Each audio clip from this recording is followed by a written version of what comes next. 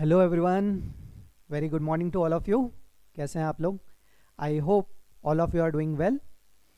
Today we are going to learn one of the very important chapter, that is a filing of returns. Filing of return is part of assessment procedure. किसका part है? Assessment procedure.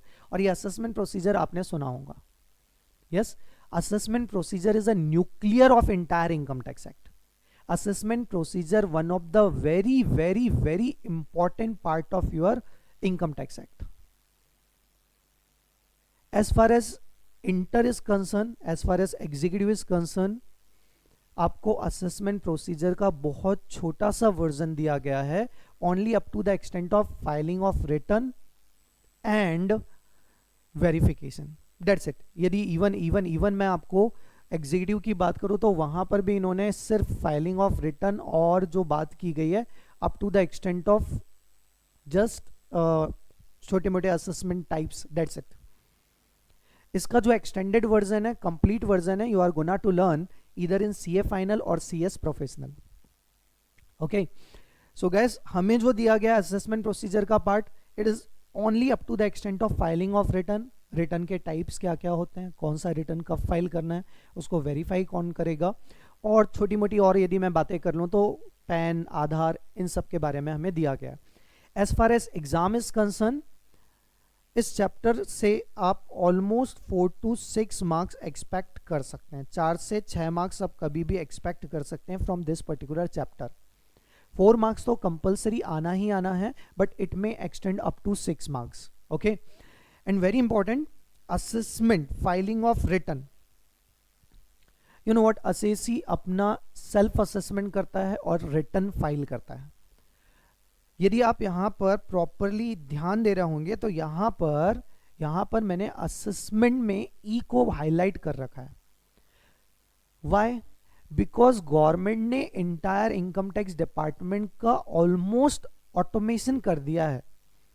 Recently government ने income tax department का भी automation किया है, meaning there bye कि अब यहां पर मैनुअली रिटर्न नहीं जाएंगे. जो भी रिटर्न मुझे फाइल करना है, that is in the E form, E filing होगी यहां पर. रादर रिटर्न फाइलिंग तो छोड़ो, वो तो काफी पहले इलेक्ट्रॉनिक मोड में कंपलसरी कर दिया गया था. ई filing is mandatory from last that is few years. But recently government ने अपने असेसमेंट सिस्टम को, असेसमेंट प्रोसीजर का भी ऑटोमेशन कर दिया है, असेसमेंट सिस्टम को भी ऑटोमेटेड कर दिया है. मीनिंग देयर बाय अब आपका जो असेसमेंट है वो भी इलेक्ट्रॉनिकली होगा. दैट इज, नोटिस इलेक्ट्रॉनिकली आएंगे, उसका रिस्पॉन्स आपको इलेक्ट्रॉनिकली करना है, डॉक्यूमेंट्स आपको इलेक्ट्रॉनिकली सबमिट करना है, and so on. Even government want की ह्यूमन इंटरवेंशन कम से कम हो ताकि मैनिपुलेशन की गुंजाइश ना रह जाए. ओके, चलिए हम अपना सिलेबस एक बार डिस्कस कर लेते हैं जो हमें इस पर्टिकुलर चैप्टर में पढ़ना है. सबसे पहले we are gonna to learn section 139(1) which is general provision related to the filing of return. उसके बाद हम कुछ रिटर्न्स के टाइप पढ़ेंगे, 139(3), 4, 5, 6, रादर 9 भी. This all are the types of return, types of return, return of income. उसके बाद we are going to discuss 139A, that is related to the PAN, permanent account number. We are going to discuss Aadhaar number. Aadhaar number recently आपने सुना होगा, government ने आधार और pan दोनों को आपस में लिंक कर दिया है. हाँ, ये बात और है कि आधार नंबर लिंक करना पहले उन्होंने सितंबर 19 तक कंपलसरी किया था, उसके बाद उस डेट को एक्सटेंड करके 31 मार्च 2020 कर दिया. And now because of the Covid outbreak, I hope ये डेट भी गवर्नमेंट एक्सटेंड कर देगी. ओके, आगे की यदि मैं बात करूं तो 139B, submission of return through a TRP. ये टीआरपी क्या होता है हम देखेंगे. और verification of return, one of the very important, frequently government, rather government नहीं, इंस्टीट्यूट, आपकी जो इंस्टीट्यूट है फ्रिक्वेंटली इस पर्टिकुलर दैट इज प्रोविजन के ऊपर क्वेश्चन पूछती है, verification of return. And last one is a 148, that is a self assessment. This is entire syllabus as far as filing of return और assessment procedure is concerned. ठीक है, one by one provisions पढ़ना start करते हैं. चलिए, so friends, assessment procedure के chapter में basically हमें जो पढ़ना है वो रिटर्न ऑफ इनकम पढ़ना है। व्हाट एग्जैक्टली है meaning of return of income, please ध्यान दीजिए, देखिए क्या लिखा है। Return of income is the format in which assessee furnishes the information as to his total of income and tax payable। Assessment procedure में जो return of income है, this is the initial part, it is a pre requisite conditions. Assessment procedure के पहले आपको आपका return assessment करके, self assessment करके आपको आपका रिटर्न फाइल करना होता है। That return of income is nothing but the एक प्रिस्क्राइब्ड फॉर्मेट है जिसमें आपको आपके इनकम्स के कंप्यूटेशन की डिटेल्स, कि आपने अपनी इनकम को किस तरीके से कंप्यूट किया, उसका टैक्स कैलकुलेट कैसे किया, ये सारी बेसिकली आपको इंफॉर्मेशंस देनी होती है। Is it clear? बात समझ में आई आपको यहाँ तक? अब यदि आपको बात समझ में आ गई होगी तो थोड़ा सा हम और आगे बढ़ते हैं और प्रोविजंस पढ़ना स्टार्ट कर। सो गाइस पढ़ना स्टार्ट करें। ओके, असेसमेंट प्रोसीजर में सबसे पहला जो प्रोविजन हमारा आता है that is related to section 139(1). जो सबसे पहला प्रोविजन हमें दिया गया that is related to section 139(1). और ये 139(1) is a general provision towards the filing of return. ये हमें ये बताता है कि आखिर रिटर्न किस किस को फाइल करना मैंडेटरी है, मैंडेटरी है। बाकी ऑप्शनल तो बाकी सबके लिए, वॉलेंटरी कोई भी रिटर्न फाइल कर सकता है, कोई रिस्ट्रिक्शन नहीं है। बट कुछ क्लास ऑफ पर्संस के लिए गवर्नमेंट ने रिटर्न फाइलिंग मैंडेटरी कर रखा है। What are that class of person? तो यहाँ पे देखिए क्या लिखा है, following person are required to file return under section 139(1). First one is a company, second one is a partnership form and third one is a any other assessee. अब सबसे पहले फोकस करिए company and partnership form. Company और partnership firm को return filing करना compulsory है, irrespective of the fact weather income positive है या निगेटिव है। मतलब चाहे इनकम हो या लॉस हो, it doesn't make any difference, you need to file return on compulsory basis, you need to file a return on compulsory basis. However, other than the company and partnership firm, we need to check whether we need to file a return on mandatory basis or not। और इसके लिए government ने basically 3 criteria decide किए। So first one is the income criteria, second one is a foreign asset criteria and last recently develop किया गया है, finance act 2019 से ही introduce हुआ था, that is the economic and expenditure criteria. Okay, क्या other cases में we need to check 3 cases. या तो मुझे इनकम क्राइटेरिया, यदि आप इनकम क्राइटेरिया को फुलफिल कर रहे हैं, या फिर foreign asset criteria, foreign asset criteria, या फिर इकोनॉमिक या फिर एक्सपेंडिचर क्राइटेरिया। इन तीनों में से यदि कोई भी क्राइटेरिया आप सेटिस्फाइड कर देते हैं then return filing is mandatory for you. What is that income criteria? बहुत ही सिंपल है दोस्तों, ये सिंपली क्या बोलता है, if your total income is exceeding the basic exemption limit, if your total income, क्या, if your total income exceeding the basic exemption limit, exceeds the basic exemption limit। अब ये बेसिक एग्जम्पशन लिमिट मतलब क्या, he is talking about 2.5 lakh और 3 लाख और 5 lakh as the case may be. यदि आपकी total income exceed करती है बेसिक एग्जम्पशन लिमिट से, दैट इज 2.5 लाख और 3 लाख और 5 lakh. 2.5 lakh for other, 3 lakh for senior citizen and 5 lakh for super senior citizen, then you need to file return on compulsory basis।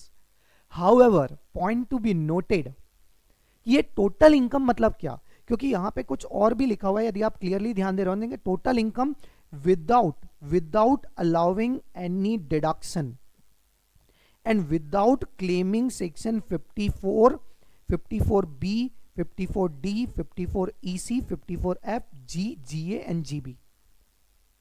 Meaning there by government आपको क्या बोलना चाह रही है, यदि मैं इसको सिंप्लीफाइड वर्जन में लिखूं कि if your gross total income, क्या, if your gross total income before claiming, क्या, gross total income before claiming capital gain deduction, before claiming capital gain exemption under section 54 exceeding basic exemption limit, then you are required to file return on compulsory basis.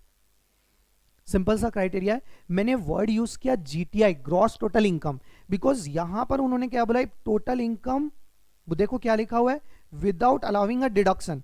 इसका मतलब ही क्या हुआ कि वो किस बारे में बात कर रहा है, GTI, gross total income. Clear है. थोड़ा इसको और एक्सटेंड करें, विदाउट क्लेमिंग 1038 और सेक्शन 54.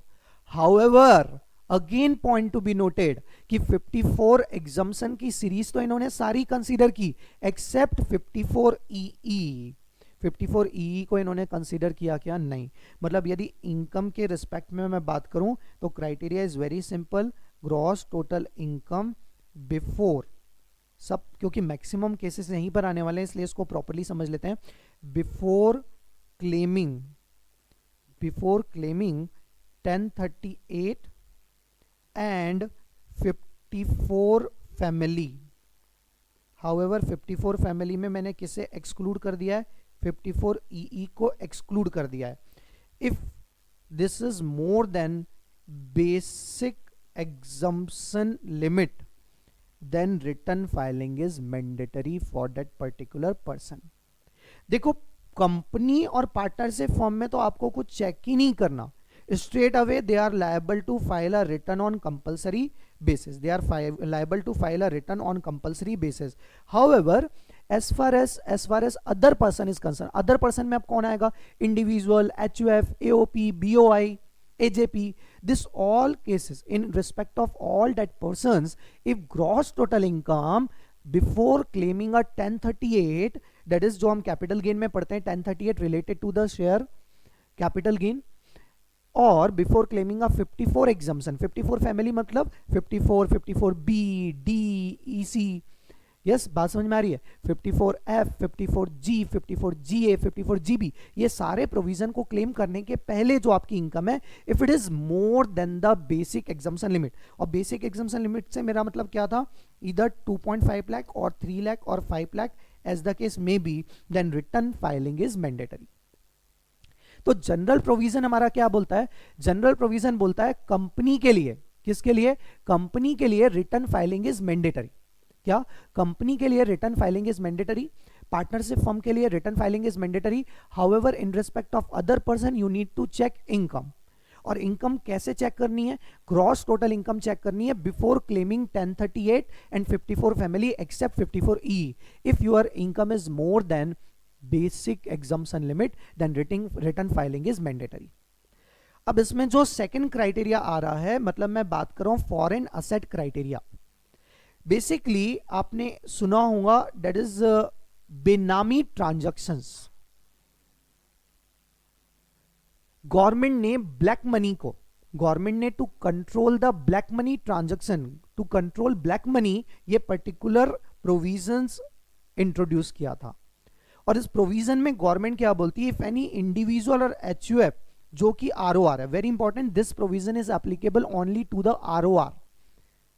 ROR मतलब क्या, individual HUF who is resident and ordinarily resident, who is holding any property outside India, जिसके पास कोई भी प्रॉपर्टी है which is located outside India, or having a financial interest in any property outside India, or having any signing authority in a account located outside India, or beneficiary of any asset located outside India, or beneficiary of financial interest located outside India.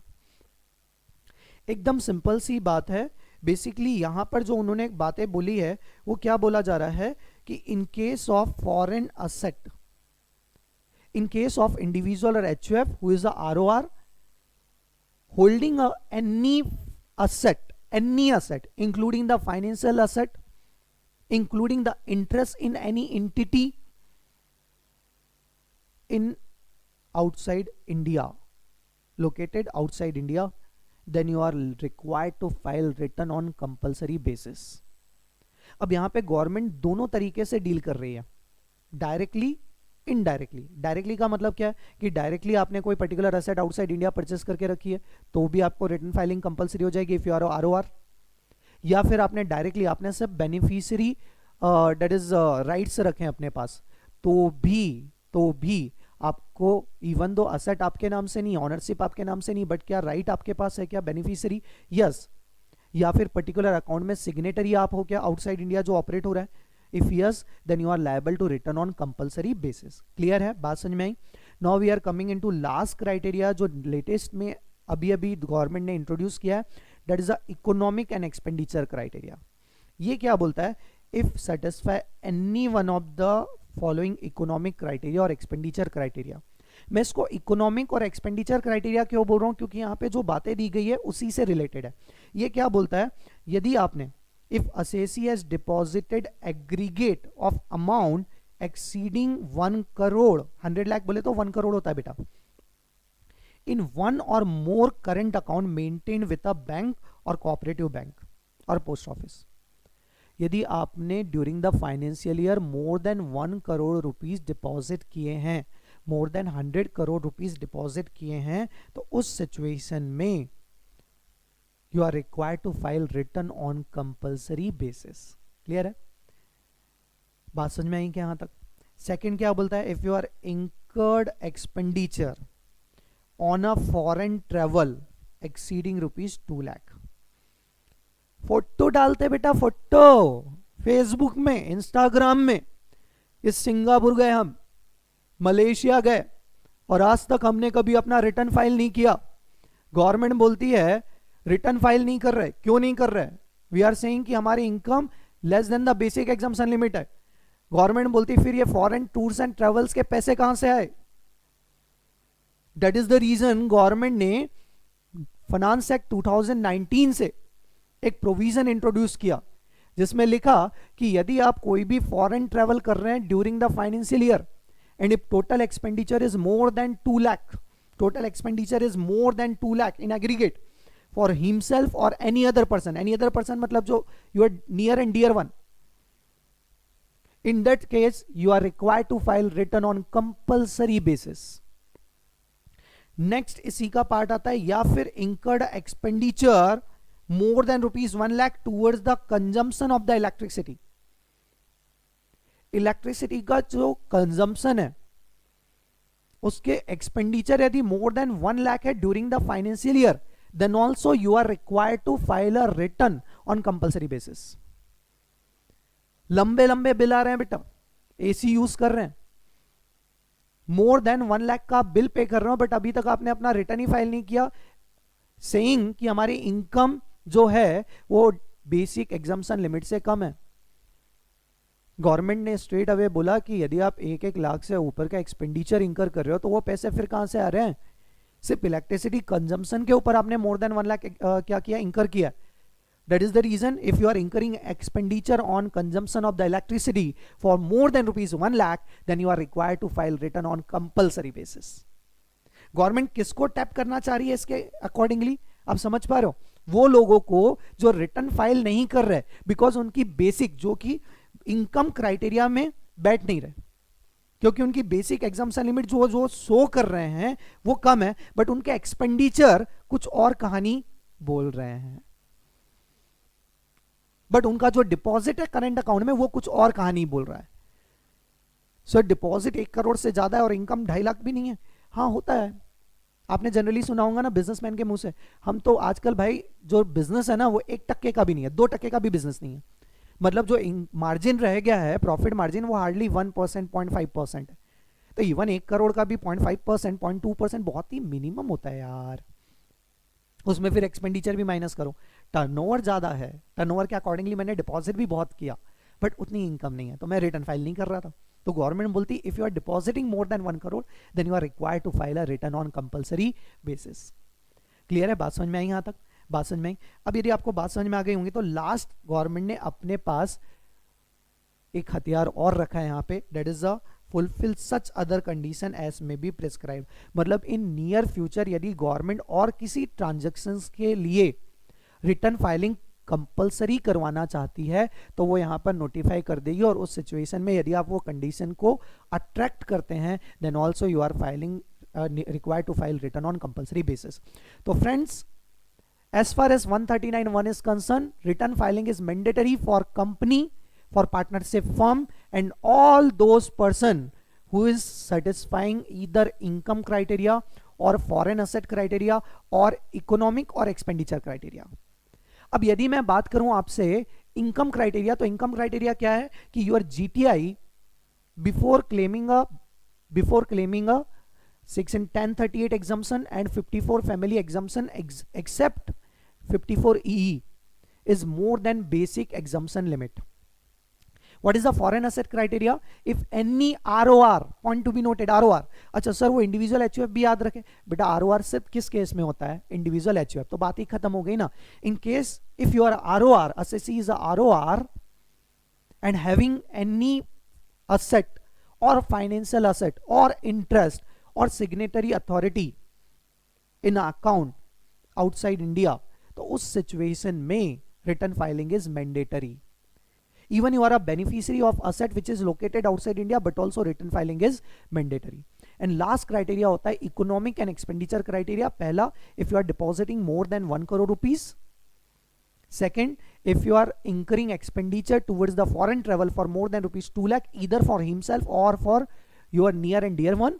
Third, if you are incurring expenditure on electricity consumption for more than rupees 1 lakh. And last is nothing but the, बोलिए, last is nothing but the any transaction or any provisions notified by the government time to time. Clear है?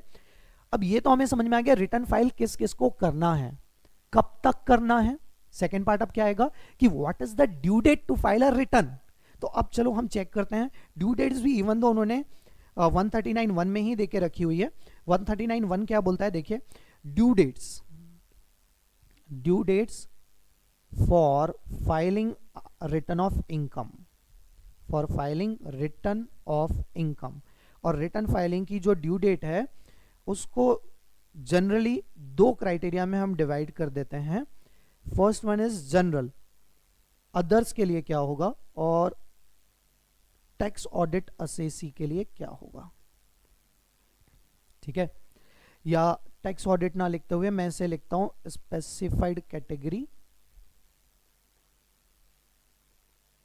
और second मैं क्या लिख दे रहा हूं, other. यदि मैं स्पेसिफाइड कैटेगरी की बात करूं फ्रेंड्स, तो स्पेसिफाइड कैटेगरी में बेसिकली वो सारे असेसी आते हैं जिन्हें ऑडिट करवाना कंपलसरी है. Point to be noted, audit करवाना कंपलसरी है.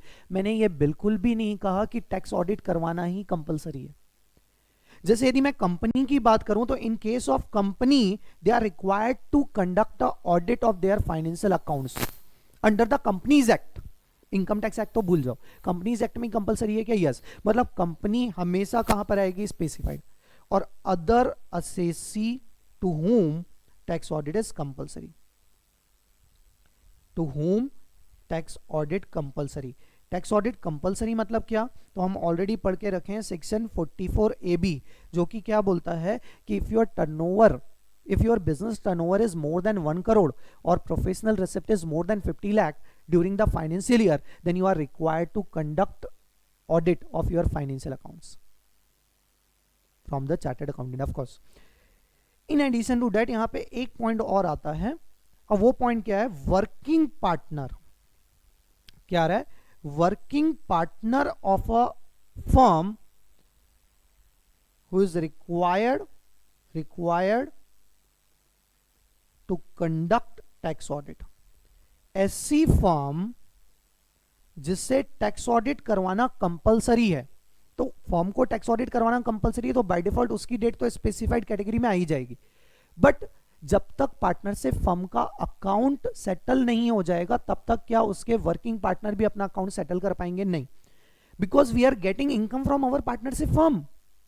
Being a partner we are getting income from a partnership firm. तो जब तक पार्टनरशिप फर्म का ही अकाउंट सेटल नहीं हुआ तब तक मेरा अकाउंट भी सेटल हो पाएगा क्या? नहीं. इसलिए वर्किंग पार्टनर्स के लिए भी जो ड्यू डेट्स रखी है इन्होंने, that is the 30th September of relevant assessment year. बाकी सबके लिए ड्यू डेट क्या है, दैट इज 31 जुलाई of the assessment year. Normal जो ड्यू डेट है वो क्या है, 31 जुलाई of the assessment year. However बाकी सबके लिए जो ड्यू डेट है वो क्या है, 30 सितंबर ऑफ द असेसमेंट ईयर। हाँ, यहां पर एक पॉइंट और आता है स्पेसिफाइड कैटेगरी में। सर वो क्या आता है, if you are engaged in a international transfer pricing, क्या, यदि आपको इंटरनेशनल ट्रांजैक्शन, यदि असेसी इंटरनेशनल ट्रांजैक्शन कंडक्ट करता है और उसे ट्रांसफर प्राइसिंग के प्रोविजन सेक्शन 92E एप्लीकेबल है। क्या, यदि ट्रांसफर प्राइसिंग, सर ये ट्रांसफर प्राइसिंग हमने कभी सुना ही नहीं बेटा, ये it's just like arm's length price. Arm's length price वाला जो प्रोविजन है मैं पीजीबीपी में आपके साथ डिस्कस कर चुका हूं। हाउएवर ट्रांसफर प्राइसिंग जो है वो आपको सीए फाइनल में पढ़ने मिलेगा। तो यदि आपको सेक्शन 92E एप्लीकेबल है, कहने का मतलब है if you are required to furnish a report through a chartered accountant under section 92E related to the transfer pricing, then you are required to file return on or before 30th November of the assessment year। ये मैं आपको सिर्फ additional information दे रहा हूं, नहीं भी ध्यान रहा चलेगा, एग्जाम में बहुत रेयर चांसेस है कि ये पूछेगा। जो हमारे लिए इंपॉर्टेंट है वो कौन सा है, पहला कैटेगरी डेट इज 30 सितंबर, दूसरा 31 जुलाई। क्लियर है? तो क्या डिस्कस किया हमने, चलिए बात करते हैं। ड्यू डेट्स की बात हो रही, due dates of filing of return, कि आपको जो रिटर्न फाइल करना है वो कब तक फाइल कर देना है। इन केस ऑफ कंपनी और any assessee who is required to get their accounts audited and all working partners of the audited partnership firm. बेटा नॉन वर्किंग पार्टनर का account even though partnership firm का account settle नहीं हुआ उसके पहले ही settle हो सकता है। क्यों हो सकता है, इसके लिए हमने पीजीबीपी में बात ऑलरेडी कर रखी है। ठीक है, तो उन सब के लिए ड्यू डेट क्या हो जाएगी, 30 सितंबर of the assessment year. However यदि 92E ट्रांसफर प्राइसिंग के प्रोविजंस आपको एप्लीकेबल है तो योर डेट इज 30 नवंबर। बाकी सब के लिए अदर केसेस में 31 जुलाई of the relevant assessment year. Clear है? एग्जांपल देखते हैं। For example mister AJ is engaged in manufacturing business, his turnover is 105 lakh. इसका मतलब क्या हुआ कि 44AB इस बंदे को एप्लीकेबल है, और क्योंकि 44AB मुझे एप्लीकेबल है, बताइए आगे बोलिए क्या बोलूंगा मैं, ड्यू डेट मेरे लिए क्या हो जाएगी, 30 सितंबर 2020। क्लियर है, बात समझ में आई? Second example, XYZ and company है, पार्टनरशिप फर्म है और जिसमें 3 पार्टनर है, mister A, mister B and mister C. All are working partner, sorry A and B is a working partner whereas mister C is a non working partner. Turnover of partnership firm is 2 lakh, इसका मतलब 44AB यहां पर भी applicable हो चुका है। तो partnership firm मतलब XYZ की जो डेट रहेगी वो क्या रहेगी, 30 सितंबर 2020। आप मुझे बताइए पार्टनर की क्या रहेगी, पार्टनर कितने हैं, ए, बी और C. Out of that 2 partner, 2 partner जो है वो वर्किंग पार्टनर है, तो उनके लिए भी डेट क्या हो जाएगी, 30 सितंबर 2020। हाउएवर सी जो नॉन वर्किंग पार्टनर है, एज्यूमिंग कि उसको इंडिविजुअल कैपेसिटी में टैक्स ऑडिट एप्लीकेबल नहीं है, उसकी जो डेट है वो क्या हो जाएगी, 31 जुलाई 2020। क्लियर है, बात समझ में आई क्या यहां तक? Now next question is, sir what if कि यदि हमने रिटर्न ऑन और before the due date file नहीं किया, क्या होगा यदि हम रिटर्न ड्यू डेट के पहले फाइल नहीं करते? What are the consequences of filing delay in filing of return? 2 बातें आपको ध्यान रखनी पड़ेगी। One is 234A and 234F। क्या याद रखना पड़ेगा, 234A and 234F। 234A is related to the interest, जो कि ऑलरेडी हमने एडवांस टैक्स के चैप्टर में डिस्कस किया है, जो आपको बोलता था कि 1% पर मंथ से आपको क्या लगेगा, इंटरेस्ट एप्लीकेबल हो जाएगा, 1% पर मंथ और part thereof. And 234A is late fee, साथ में आपको लेट फी भी लगेगी, very very important for exam point of view. अब ये लेट फी कितनी लगेगी, तो यदि आपने रिटर्न ड्यू डेट के बाद but 31 December of the assessment year के पहले फाइल कर दिया, if you are filing return after the due date but before, on or before 31st December of the relevant assessment year, then flat penalty is ₹5,000। But यदि आप 31 दिसंबर के बाद file करते हो, then penalty is ₹10,000। Penalty maximum कितनी है? 10,000। But government ने इसमें भी रिलैक्सेशन दिया हुआ है छोटे छोटे असेसी को। गवर्नमेंट क्या बोलती है? वो सारे असेसी जिनकी total income does not exceed 5 lakh, यदि आपकी टोटल इनकम जो है वो 5 लाख से एक्सीड नहीं करती, in that case maximum penalty can be imposed, maximum late fee can be imposed is ₹1,000। कितनी? 1,000। इवन यहां पर ना इसके साथ साथ पेनाल्टी के भी प्रोविजंस आते हैं, बट वो पेनाल्टी के प्रोविजन हमें पढ़ने नहीं है, वो आपको सीए फाइनल में पढ़ने पड़ेंगे, वो स्लाइटली डिफरेंट होते हैं। क्लियर है? तो यदि आप रिटर्न फाइल नहीं करते तो दो कंसेक्वेंसेस है। पहला 234A का इंटरेस्ट एप्लीकेबल हो जाएगा 1% पर मंथ और पार्ट देयर ऑफ, जो हम ऑलरेडी एडवांस टैक्स में कवर कर चुके हैं। और सेकंड जो है वो 234F की लेट फी एप्लीकेबल होगी। लेट फी यदि आपने अप टू 31 दिसंबर रिटर्न फाइल कर दिया है तो पेनाल्टी विल बी 5,000। हाउएवर इसके बाद आफ्टर 31 दिसंबर यदि आप फाइल करते हो तो पेनाल्टी विल बी 10,000। बट यहाँ एक रिलैक्सेशन है कि if total income is less than 5 lakh then maximum late fee is ₹1,000। Clear है? इसी के साथ हमारा 234F भी कंप्लीट हो गया। Very important provision for exam point of view.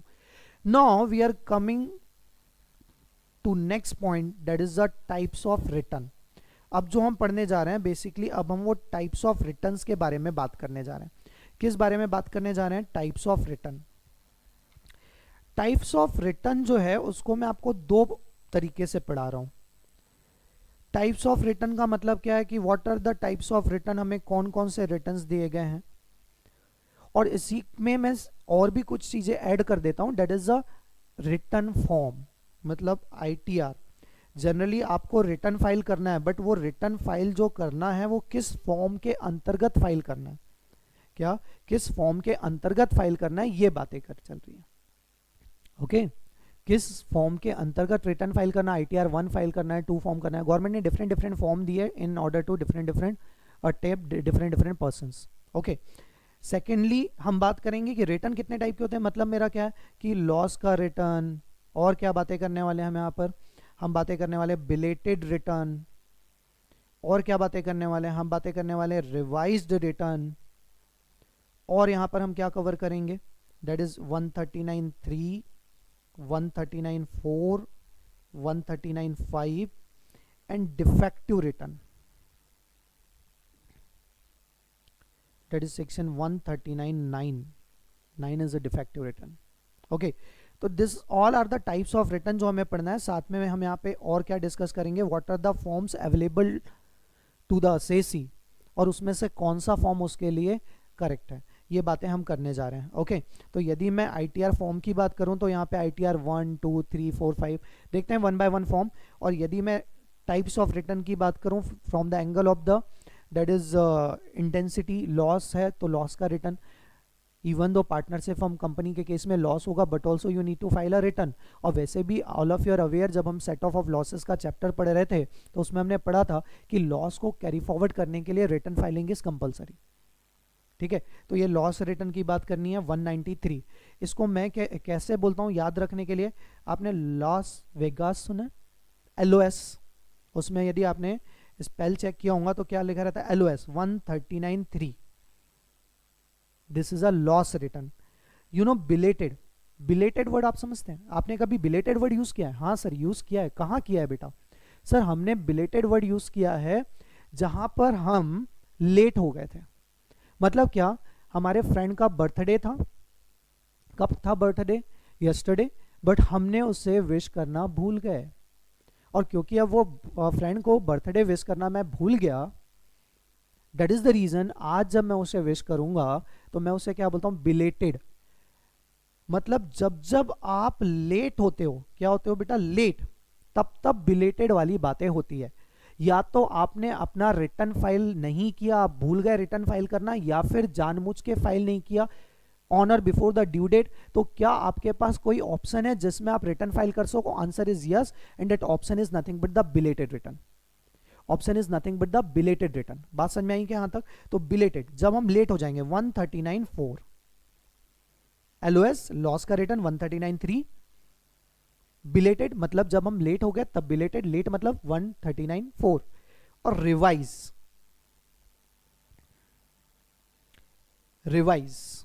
Revise return कहां पर दिया गया है 139.5 में। रिवाइज कहां पे दिया हुआ है, रिवाइज को थोड़ा सा मैं चेंज करके लिख देता हूं, मैं ऐसा लिख देता हूं रिवाइज 139.5। सर ये प्रोविजन आप हमें याद करवाने की कोशिश क्यों कर रहे हैं, बिकॉज एग्जाम में इससे रिलेटेड क्वेश्चन मैक्सिमम टाइम पूछता है, और जब इससे रिलेटेड क्वेश्चन आएगा तो आपको क्या करना है, आपके लिए कंपलसरी हो जाता है कि आप आंसर्स प्रोविजन के साथ दे, इफेक्टिव होगा आपका आंसर। ओके, गिनती के कुछ ही प्रोविजन है जो मुझे रिकलेक्ट करना पड़ेगा, डेट्स इट। आगे बढ़े। ओके, तो लास्ट वाला जो है हमारा वो डिफेक्टिव रिटर्न है। डिफेक्टिव रिटर्न 139.9 वो वैसे ही याद रह जाता है और उससे रिलेटेड क्वेश्चंस भी कम होते हैं, इसलिए मैं आगे बढ़ रहा हूँ। And now we are moving ahead. जो नेक्स्ट पॉइंट है दैट इज ITR रिटर्न। एक एक करके हम बात करते हैं। सबसे पहले मैं ITR रिटर्न की बात कर लेता हूँ। The CBDT has notified ITR returns, ITR forms for the assessment year, आप इसको कर लीजिए 2021 through a notification. And what are that form, तो आपको सबसे पहले यहाँ पे ITR 1 मिलेगा, जिसको हम प्यार से क्या बोलते हैं, सहज। ITR 1 को हम प्यार से क्या बोलते हैं बेटा, सहज। आई होप ये आपके लिए विजिबल है, सबको विजिबल है, दिख रहा है। ओके, ITR 1 सहज, जो फाइल करना है, किसे फाइल करना है, resident other than the not ordinarily resident having a income from salary, जिसके पास सैलरी से इनकम है, हाउस प्रॉपर्टी से, और IFRS से कौन सी इनकम, इंटरेस्ट इनकम, मतलब पैसिव इनकम है, but not more than 50 lakh. ITR 1 जो फाइल करना है, यदि आप देख पा रहे होंगे तो it's going to be file by the resident individual जिसकी इनकम लेस देन 50 लाख है, that too not from the PGBP, either from the salary और इंटरेस्ट और house property, that's it. Individual whose income, total income is less than 50 lakh, either from the salary, house property or interest, need to file सहज, that is the ITR 1। सहज इसलिए government इसे बोलती है because इसमें आपसे बहुत ही कम इंफॉर्मेशन मांगी जाती है और रिटर्न फाइल करना बहुत आसान होता है, ठीक है। हाउएवर यदि आपकी इनकम 50 लाख से ज्यादा है या फिर आपके पास PGBP इनकम है तो फिर ITR 1 आपके लिए नहीं है। कैपिटल गेन है तो ITR 1 आपके लिए नहीं है। ITR 1 सिर्फ नॉर्मल केसेस में एप्लीकेबल होता है जिसमें इनकम 50 लाख से कम हो। इंडिविजुअल और HUF who is not having income from business and profession, suppose कोई इंडिविजुअल HUF है जो कि पहले ITR 1 के क्राइटेरिया में फिट नहीं हो रहे, तो उनके लिए ITR 2 बना रखा है, subject to condition they are not having PGBP income. तो ITR 2 किसके लिए, यदि income from ITR more than income from ITR 1 more than 50 lakh, capital gain है बट बिजनेस इनकम नहीं होनी चाहिए, ये ध्यान रखना आपको, बिजनेस इनकम नहीं है, then in that situation you need to file return in ITR 2, form number ITR 2।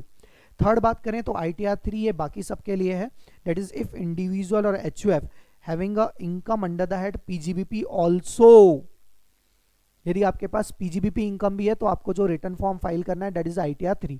ITR 1 Sahaj, salary income है, इंटरेस्ट इनकम है, हाउस प्रॉपर्टी इनकम है up to ₹50 lakh, ITR 1 file करिए। सेकंड, इंडिविजुअल और HUF not having PGBP income, other cases में ITR 2 file करिए। Individual HUF having a PGBP income तो ITR 3 file करिए। तीनों फॉर्म हो गए। फोर्थ वाला जो है that is related to the presumptive scheme, Saral form, क्या, ITR 4 सुगम। ITR 4 को हम क्या बोलते हैं, सुगम। यदि असेसी ने प्रिजम्पटिव स्कीम्स ऑप्ट करके रखी है, जो हमने PGBP में पढ़ी है, इधर अंडर सेक्शन 44 AD और 44 ADA और 44 AE, यदि इनमें से कोई भी प्रिजम्पटिव स्कीम आपने ऑप्ट की है तो आपके लिए जो फॉर्म है दैट इज ITR 4। आपको जो रिटर्न फाइल करना है वो कहाँ फाइल करना पड़ेगा, ITR 4 में, ठीक है। Every person who is opting under presumptive scheme under section 44 AD, 44 ADA और 44 AE, you are required to file return under ITR in form number ITR 4। Clear है। नेक्स्ट आता है ITR 5। ऊपर वाले ये जो 4 फॉर्म है ये बहुत इंपॉर्टेंट है, इससे रिलेटेड एग्जाम में क्वेश्चन जनरली आता है, बाकी फॉर्म नहीं भी ध्यान रखा तो भी एक बार का चल जाएगा। ITR 5 जो है can be used by the person other than individual और HUF और company and person filing ITR 7 ITR 6 can be used companies, यदि हम यहाँ से पढ़े तो person companies under 139 4A 4B 46 इन सब के लिए ITR 7 होता है, ठीक है। ITR 6 की बात करें तो companies not claiming exemption under section 11 that is a charitable trust, और दूसरे एग्जाम्पशन आप यदि क्लेम नहीं कर रहे तो ITR 6। ITR 5 applicable form firm LLP AOP BOI other than the company. Clear है, क्लियर है। ITR 7 जो है इंस्टीट्यूट ने हमारे सिलेबस से कुछ प्रोविजंस को एलिमिनेट कर दिया है जो हमें नहीं पढ़ने हैं अब। वो प्रोविजंस होते हैं 139 4A 4B 4C 4D 4E 4F। It is related to the return of political party, return of scientific research association, trade unions that is trade union association etcetera. तो उन सब के लिए रिटर्न की रिक्वायरमेंट होती थी, उन सबको जो रिटर्न फाइल करना है यदि बेसिक एग्जाम्पशन लिमिट से आपकी इनकम ज़्यादा है, इन दैट सिचुएशन ITR 7 आपको क्या करना पड़ता था, फाइल। आपके लिए इंपॉर्टेंट जो है 1 2 3 4 वो आपको ध्यान रखना है। क्लियर है। Now we are moving ahead, सबसे इंपॉर्टेंट पार्ट आ रहा है that is the return of loss. Return of loss very very very important. Return of loss, यदि आपने लॉस इंकर्ड किया है, if you are incurring loss during the financial year either under the head PGBP or 35AD। 35AD मतलब क्या, specified business, specified business or capital gain or owning and maintaining of resources. In that situation ये loss को carry forward करने के लिए return filing is compulsory, और वो जो रिटर्न फाइल होगा that is under section 139(3) only. जो रिटर्न फाइल होगा 139(3) में होगा।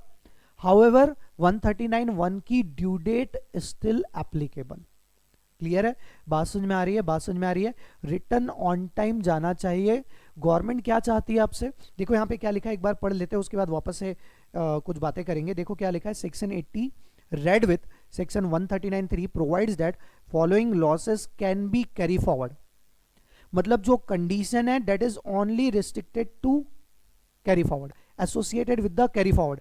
सेट टॉप से रिलेटेड कोई भी कंडीशंस है क्या, एसोसिएटेड नहीं है। मतलब यदि आप ड्यू डेट के बाद भी रिटर्न फाइल करते हैं तो you can set off your loss, you can not carry forward your loss but you can always set off your loss. Clear है। ओनली इफ, यदि आपको अपने लॉस कैरी फॉरवर्ड करना है then you need to file return with in the due date specified under section 139(1). मतलब loss का return जो file होगा वो कहां होगा, 139(3) में, बट उसकी जो ड्यू डेट दी गई है वो कहां दी गई है, 139(1) में दी गई। मतलब वही ड्यू डेट है 30 सितंबर और 31 जुलाई of the assessment year. On और before the due date you need to file a return in order to carry forward your losses. कौन से लॉसेस, PGBP लॉस हो गया, स्पेसिफाइड बिजनेस लॉस हो गया, कैपिटल गेन लॉस हो गया, and owing and maintaining of horse races loss. Okay sir, IFOS का loss, बेटा if you can recall, IFOS का लॉस कभी भी कैरी फॉरवर्ड हो सकता था क्या, नहीं। जब लॉस कैरी फॉरवर्ड ही नहीं हो सकता तो उसकी बातें हम यहां पर करेंगे क्या, नहीं। सर वो सैलरी, बेटा सैलरी में कभी कोई लॉस आता था क्या, नहीं। और जब लॉस ही नहीं आता था तो उसकी बात भी हम यहां पर करेंगे क्या, नहीं। बात समझ में। बेसिकली गवर्नमेंट क्या चाहती है, गवर्नमेंट चाहती है कि देखो आपको लॉस हुआ ना, you need to file a return on और बिफोर द टाइम, ताकि हम आपके लॉस को वेरीफाई कर सके कि आपने जो लॉस क्लेम किया is it correct or not. तो we need time, that is the reason we want कि आप अपने रिटर्न को ऑन और before the due date file करिए। बात समझ में आई क्या, ऑन और before the due date file करिए। क्लियर है, बात समझ में आई यहां तक। तो ये सारे लॉस के केस में you need to file return on और before the time in order to carry forward your losses under section 139(3). Clear है। अब यहां पर एक बात और भी है, और जो बात है वो क्या कोई ऐसे लॉस है जो विदाउट फाइलिंग रिटर्न भी कैरी फॉरवर्ड हो सकते हैं, या आपने ड्यू डेट के बाद रिटर्न फाइल किया तो भी वो कैरी फॉरवर्ड हो जाएगा? Answer is yes. और वो लॉसेस कौन से हैं? One is a unabsorbed depreciation, another one is a loss under that house property. देखो following losses are allowed to be carry forward even if return of loss not filed within the due date. Even though due date के बाद आपने return file किया, but also ये जो दो losses है that is a house property loss and unabsorbed depreciation allowed to be carry forward. Clear है, बात समझ में आई? चलिए क्या लिखा है देखो, the return of loss shall be examined bye the assessing officer and shall confirmed by sending an intimation under section 157. जब आप रिटर्न ऑन और before the due date file करते हैं अंडर सेक्शन 139(3), तो जो लॉस आपने क्लेम किया है, असेसिंग ऑफिसर उस लॉस को सब्सिक्वेंटली वेरीफाई करता है, उसकी करेक्टनेस को चेक करता है और वेरीफाई करने के बाद आपको इंटीमेट करता है अंडर सेक्शन 157 कि यस, आपने जो लॉस कैरी फॉरवर्ड किया है वो करेक्ट है, जो कैलकुलेट किया है वो करेक्ट है, now we are allowing to carry forward it. अब आप उसे कैरी फॉरवर्ड कर सकते हैं। क्लियर है?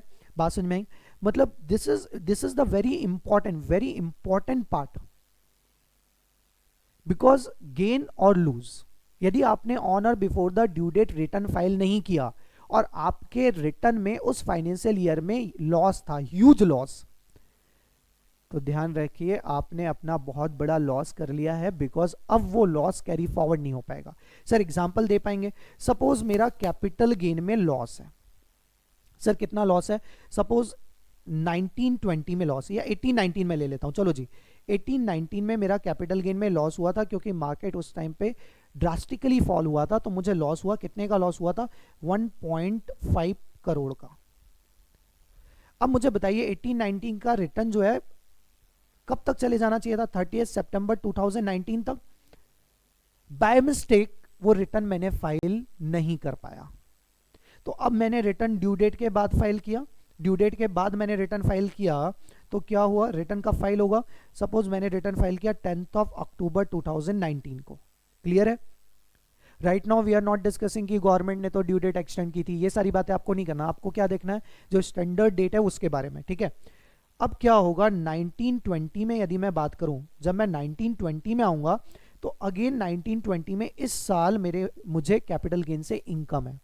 सर कितनी इनकम है? इस साल मुझे इनकम जो हुई है, कैपिटल गेन जो हुआ है, डेट इज 2 करोड़।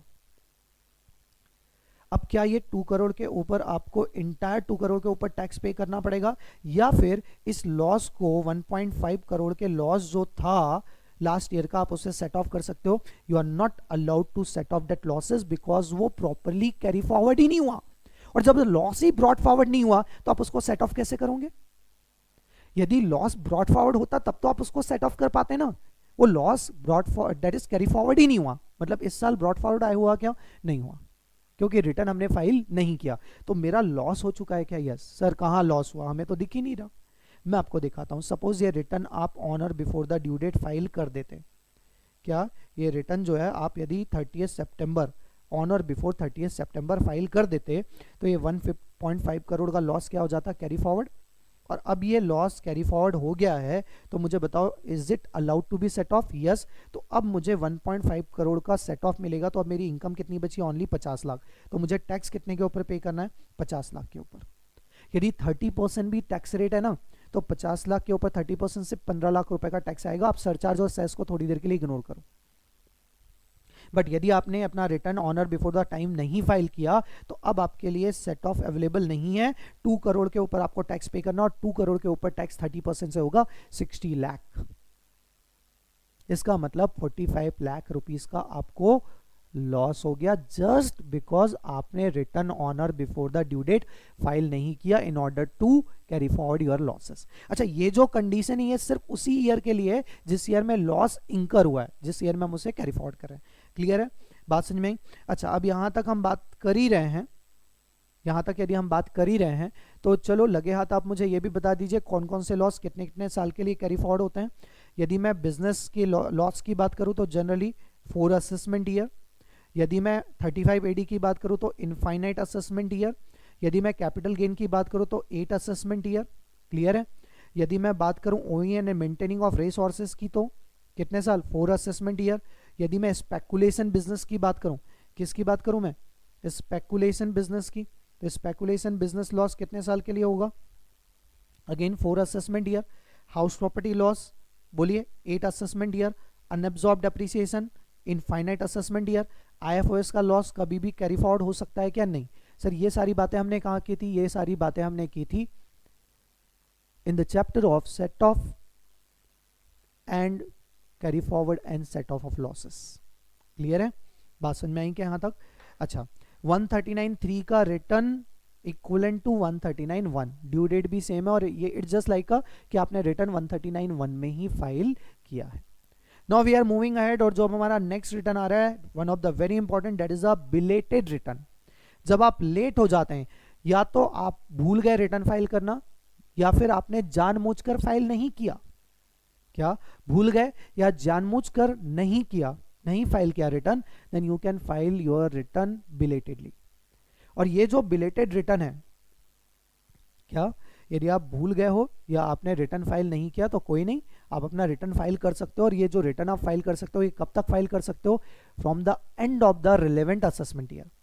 कहने का मतलब क्या हुआ, फॉर एग्जाम्पल आपका रिलेवेंट असेसमेंट ईयर जो है प्रीवियस ईयर 1920 था, प्रीवियस ईयर कौन सा 1920, इसकी ड्यू डेट बताइए। ड्यू डेट क्या हो जाएगी सर? 30 सितंबर 2020। वी आर एज्यूमिंग कि हमारा असेसी या तो कंपनी या फिर ऑडिट असेसी है। और इसका जो असेसमेंट ईयर है वो असेसमेंट ईयर क्या है? Assessment year 2021। तो ऑनर बिफोर 30 सितंबर यदि आप रिटर्न फाइल कर देते हो तो ये तो नॉर्मल रिटर्न है। नॉर्मल रिटर्न इधर 139.1 और 139.3 एज द केस में भी। लॉस हुआ तो 139.3, लॉस नहीं है तो 139.1, बात खत्म हो गई। बट ये जो डेट है यदि आपने ये मिस कर दी तो इसके बाद आप जब भी रिटर्न फाइल करेंगे तो ऐसे रिटर्न को मैं क्या बोलूंगा? Belated return. क्या बोलूंगा ऐसे रिटर्न को मैं? Belated return. बट ये बिलेटेड रिटर्न आप कब तक फाइल कर सकते हैं? तो कब तक फाइल कर सकते हैं? मैंने क्या कहा? On or before the last day of the assessment year या end of the relevant assessment year. अब मुझे बताइए रिलेवेंट असेसमेंट ईयर कौन सा है? 2021। ये खत्म कब हो रहा है सर? 31 मार्च 2021। मतलब you can file your return, belated return on और before 31 March 2021 for assessment year 2021। Clear है? बट यदि आपका end of the assessment year के पहले ही असेसिंग ऑफिसर ने असेसमेंट कर दिया है, यदि आपका assessment by the assessing officer before the end of the assessment year complete हो चुका है, then after completion of the assessment you can not file belated return. कहने का मतलब क्या है? कहने का मतलब ये हुआ कि यदि आपका असेसमेंट ऑर्डर पास हो चुका है, आपका असेसमेंट ऑफिसर ऑलरेडी कंप्लीट कर चुका है, तो उसके बाद आपसे अब कोई भी डॉक्यूमेंट एक्सेप्ट नहीं किया जाएगा। क्योंकि रिटर्न का पर्पस क्या है? रिटर्न का पर्पस क्या है? कि इंफॉर्मेशन सबमिट करना अलॉन्ग विद द डॉक्यूमेंट्स।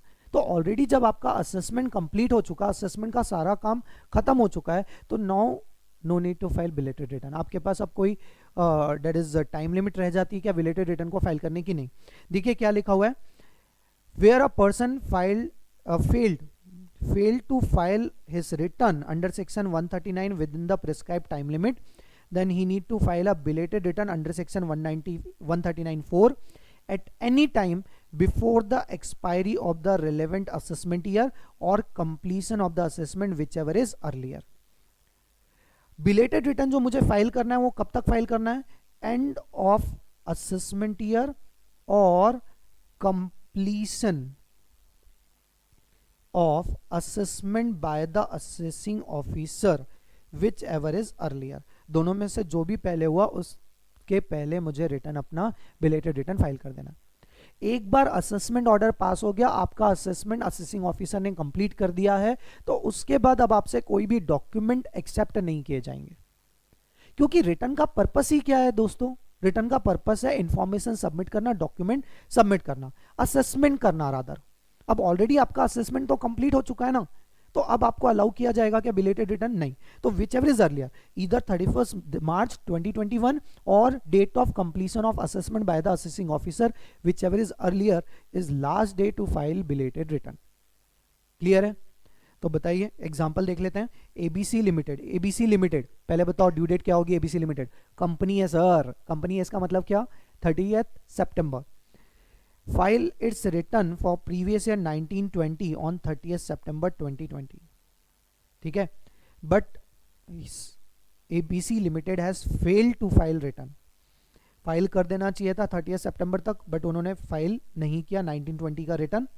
तो अब इस पर्टिकुलर सिचुएशन में एज पर 139(4) is concern, 139(4) is concern ABC limited to file belated return on और before 31 March 2021 subject to previous assessment is yet to be completed। मतलब officer ने assessment आपका complete नहीं किया। ठीक है, बात समझ में आई क्या? तो ये जितनी भी बातें मैंने डिस्कस की है वो सारी बातें यहाँ पर आपको ऑलरेडी दी हुई है। कंसिक्वेंसेस, यदि आप बिलेटेड रिटर्न फाइल करते हो तो what are the consequences you need to face. आप मुझे बताएं क्या क्या कंसिक्वेंसेस हो सकते हैं। सर पहला कंसिक्वेंसेस तो ये है कि यदि बिलेटेड रिटर्न हम फाइल करते हैं then we can not carry forward certain losses. क्या? वी कैन नॉट, सबसे पहला consequences, can not carry forward certain losses. कुछ लॉसेस ऐसे हैं जिसे मैं कैरी फॉरवर्ड नहीं कर सकता। What are that losses? PGBP loss, 35 AD loss, और कौन सा लॉस है बता पाएंगे आप? Yes sir, capital gain loss or owning and maintaining of horse race. ये वो लॉसेस है जिसको हम कैरी फॉरवर्ड नहीं कर सकते यदि हमने return on or before the due date file नहीं किया है। क्लियर है, बात समझ में आ रही है?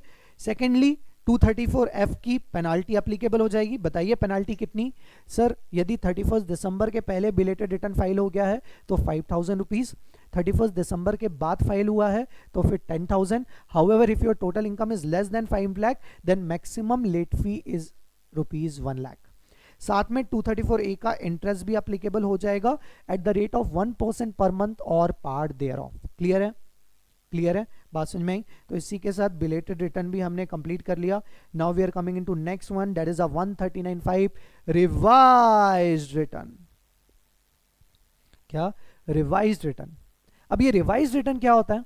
तो रिवाइज्ड रिटर्न, आपने रिटर्न फाइल करते समय आपसे कुछ गलती हो गई, मिस्टेक हो गई, अपेरेंटली आपको समझ में आ गया अरे ये तो हमने गलत कर दिया, तो उस पर्टिकुलर सिचुएशन में you can revise your return. Arithmetical mistake है, बहुत बार प्रैक्टिकली क्या होता है पता है, लोग रिवाइज रिटर्न को कैसे यूज करते हैं। अब गवर्नमेंट ने लास्ट डेट को 30 सितंबर रखा, बट गवर्नमेंट के सर्वर डाउन है या because of the other external factors, जैसे आज हाल फिलहाल कोविड-19 चल रहा है, यस तो because of the many external factor government उस डेट को एक्सटेंड कर देती है। गवर्नमेंट ने एक्सटेंड किया 5 अक्टूबर, ठीक है, कि 5 अक्टूबर तक को आपको रिटर्न फाइल कर देना है।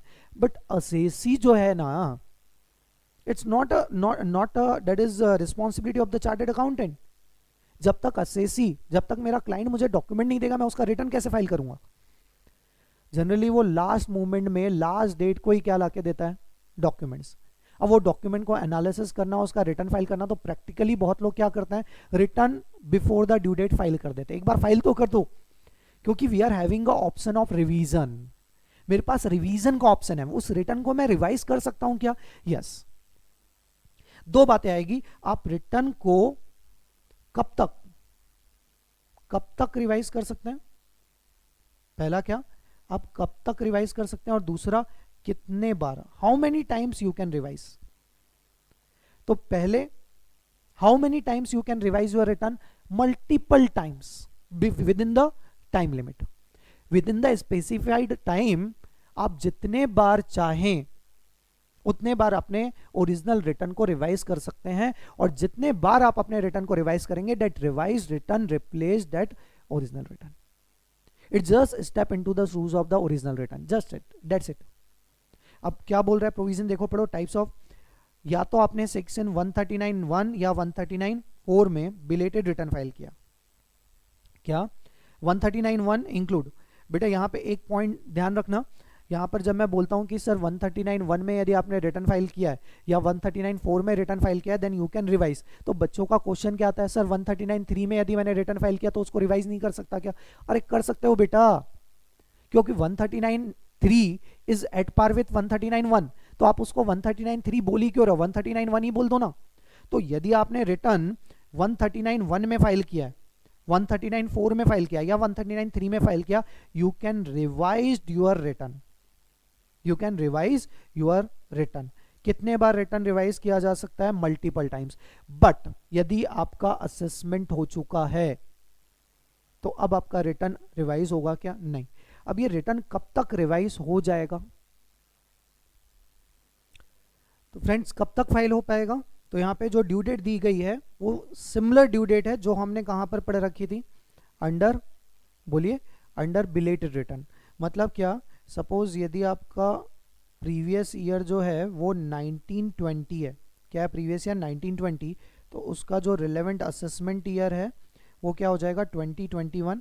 तो यदि आपने ड्यू डेट की बात करें तो 30 सितंबर 2020, you can revise your return any time before, you can revise your return any time before 31st March 2021, that is end of the relevant assessment year or completion of assessment, or completion of assessment by the assessing officer whichever is earlier। ठीक है, मतलब वही बात है जो हमने वहां पे पढ़ी थी कि return can be revised at any time before the expiry of the relevant assessment year or completion of assessment which ever is earlier. And assessee can revise a return any number of times. Very important, इसके ऊपर question आता है कितने बार आप return revise कर सकते हो, multiple times आप रिवाइज कर सकते हो, उसके ऊपर कोई भी रिस्ट्रिक्शंस नहीं है, provided that the revise return is filed with in the time limit. ठीक है, और जब जब आप रिवाइज रिटर्न फाइल करोगे आपका प्रीवियस रिटर्न रिप्लेस हो जाएगा with the revise return. Clear है? But if the earlier return has been processed revision shall not be allowed. एक बार आपका अर्लियर रिटर्न प्रोसेस हो गया by the income tax department, जब आप रिटर्न फाइल करते हो उसके बाद प्रोसेस किया जाता है, प्रोसेस हो गया तो उसके बाद अब रिवीजन आपको अलाउड नहीं है। Before the revision with in the time frame आप जितने बार चाहे उतने बार अपने रिटर्न को रिवाइज कर सकते हैं। क्लियर है यहाँ तक? अच्छा, एट द सेम टाइम यहाँ पे एक बात लिखी हुई थी, उसको डिस्कस करते हैं। क्या लिखा है? A return filed in pursuance of the notice issued under 142(1) can not be revised. ये क्या है? थोड़ा सा ऊपर वापस से मैं आपको लेके चलता हूँ। नोटिस अंडर सेक्शन 142(1), यदि असेसी ने ऑन और before the time limit prescribed under 139(1) return file नहीं किया तो असेसिंग ऑफिसर उसे नोटिस भेजता है। असेसिंग ऑफिसर उसे क्या भेजता है? Notice under section 142(1). क्या? असेसिंग ऑफिसर उसे नोटिस भेजता है under section 142(1) requiring him to file a return with in the time frame. एक टाइम लिमिट प्रिस्क्राइब कर देता है, स्पेसिफाई द टाइम लिमिट, और उसे बोलता है कि आपको इस टाइम फ्रेम के अंदर अंदर अपना रिटर्न फाइल करना है। अब यदि असेसी ने उस टाइम फ्रेम के अंदर अंदर रिटर्न फाइल कर दिया तब तो ठीक है, बट यदि वो टाइम फ्रेम के अंदर रिटर्न फाइल नहीं किया तो अब असेसिंग ऑफिसर आपका बेस्ट जजमेंट करेगा। That is the best judgment assessment हम बोलते हैं, मतलब with the best of their knowledge and belief, वो जो भी इंफॉर्मेशन उसके पास अवेलेबल है उसे कंसीडर करके आपका असेसमेंट स्टार्ट कर देगा। इस असेसमेंट को हम क्या बोलते हैं? Best judgment assessment. क्या? If the assessee has failed to file return with in the time limit specified in the notice, then assessing officer permitted to do best judgment assessment under section 144, under section 144। और अब आपका क्या पास होगा? Completion order, assessment order pass होगा। और एक बार assessment order pass हो गया तो उसके बाद आपको belated return as well as revise return file करना अलाउड ही नहीं है, इवन दो अभी तक आपका असेसमेंट ईयर कंप्लीट नहीं हुआ। क्लियर है? अच्छा, इसमें एक सिचुएशन ये ऐसी भी हो सकती है, नोटिस आया 142(1) का, हमने with in the time frame return file नहीं किया, सब्सिक्वेंटली बेस्ट जजमेंट आपका स्टार्ट हो चुका है, बट अभी तक बेस्ट जजमेंट का ऑर्डर पास होना बचा है। दैट इज असेसिंग ऑफिसर ने अभी तक ऑर्डर पास नहीं किया, तो before passing order by the assessing officer हमने अपना बिलेटेड रिटर्न फाइल कर दिया। क्या बोल रहा हूं? ध्यान से सुनो। क्या हुआ?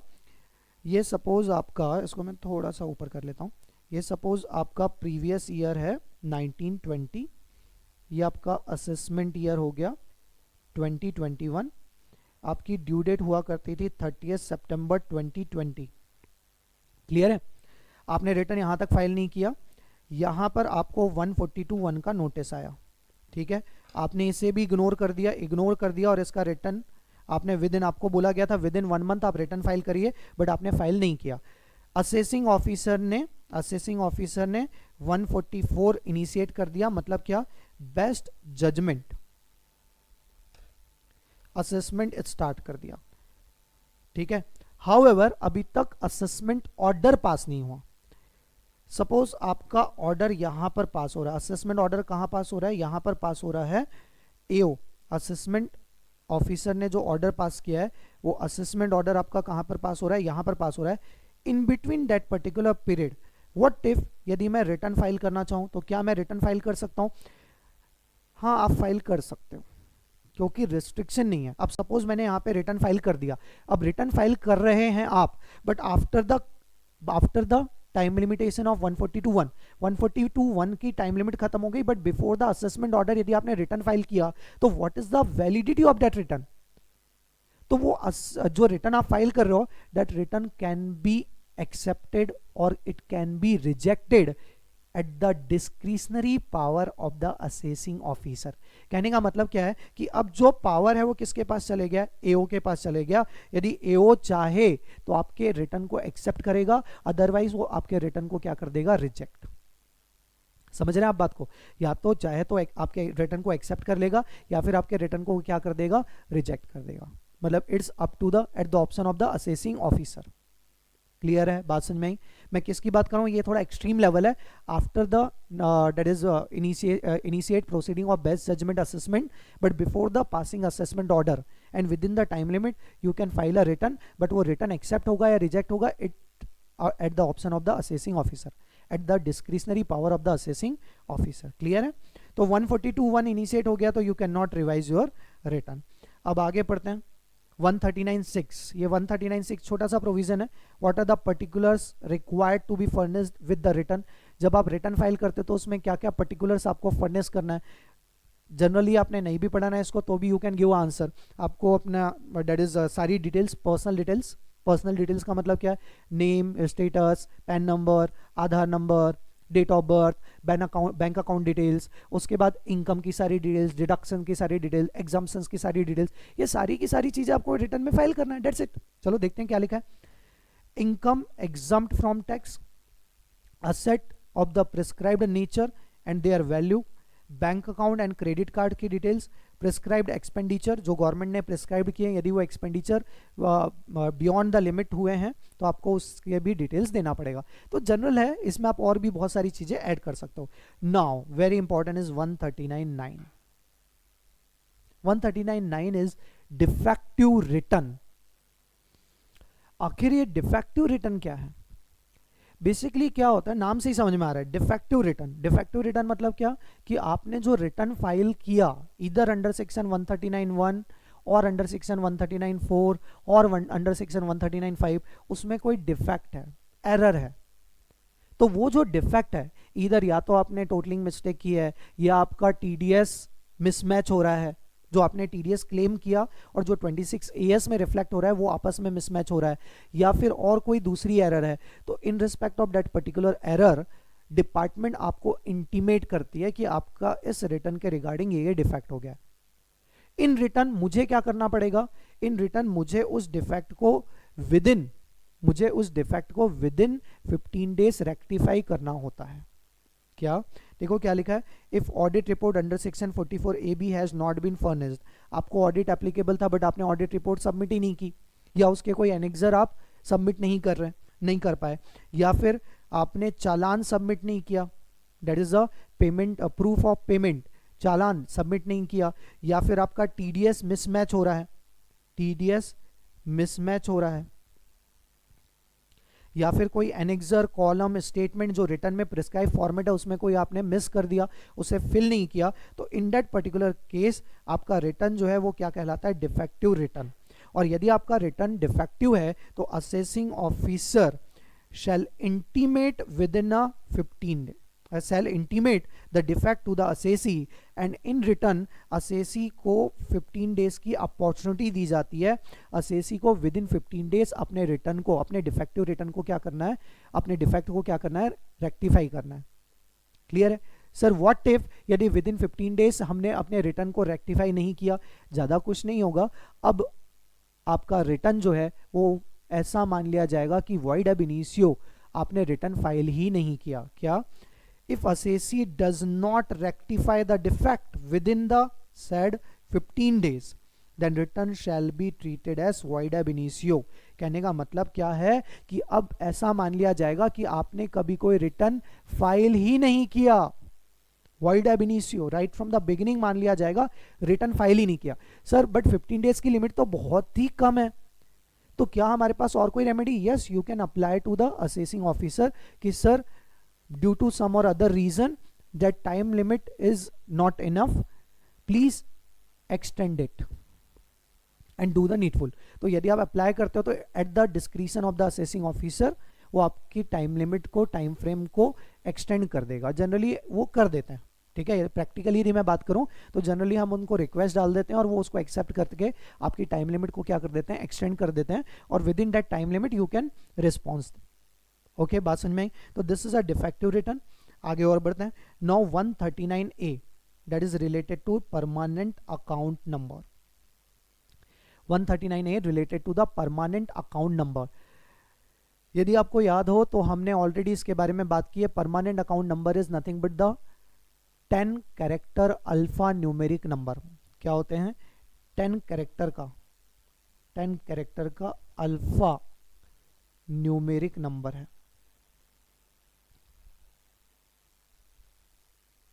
ठीक है। 10 कैरेक्टर का अल्फा न्यूमेरिक नंबर है which is allotted by the income tax department, और ये हमारा यूनिक कोड होता है, ठीक है। PAN issued on a laminated card, okay, photograph होगी उसमें आपका। It is for the purpose of better identification of the assessee, facilitating faster correspondence. अब यहाँ पे ये जो 10 कैरेक्टर होते हैं उसमें से हमने कुछ बातें ऑलरेडी करके रखी थी।